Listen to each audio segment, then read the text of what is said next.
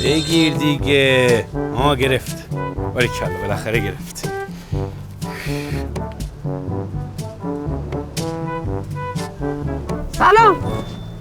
سلام. حسن نباش. سلامت باشی. تاکسی اینترنتی درخواست داده بودی؟ بله ولی مال من پرویده، شما نیستی. فرق نمیکنه که یکی هم. پروید با سامان یکیه؟ نه میگم پلاکمون یکیه، تو سامان ثبتش نکردن، نو خریدمش تازه. شما آقای حسینی؟ بله. نه حسینی قبلی بودی، آقای سروشیه. حسینی سروشی هستم. حسینی سروشی هستی؟ بله. باریکلا. بفرمایید.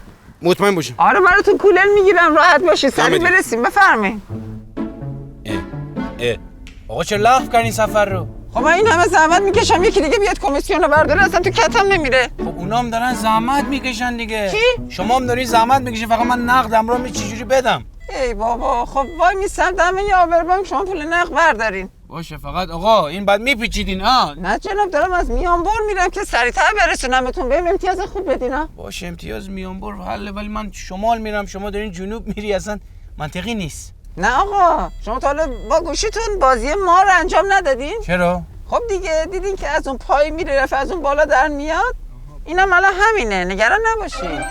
فقط دیگه ما خیلی داریم پایین میریم، من بعید میدونم از بالا در بیایم. من همینجا پیاده میشم. نه آقا چه حرفیه داداش، من پیاده میشم، امتیاز خوب میدم. باشه امتیاز خوب میدم. دست شما در نکنه. آقا این ضامن در خرابه این جوریه. بیا ضامن هست، میخوای باز صداتون درست شد.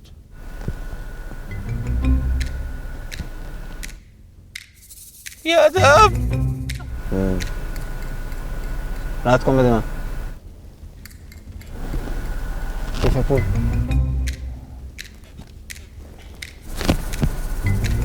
پول نقد داشتی که چیه پس؟ نه اندازه چی نداشتم، هزینه سفر. یادش زامنش هم درست شد. در رو آروم ببن. یادم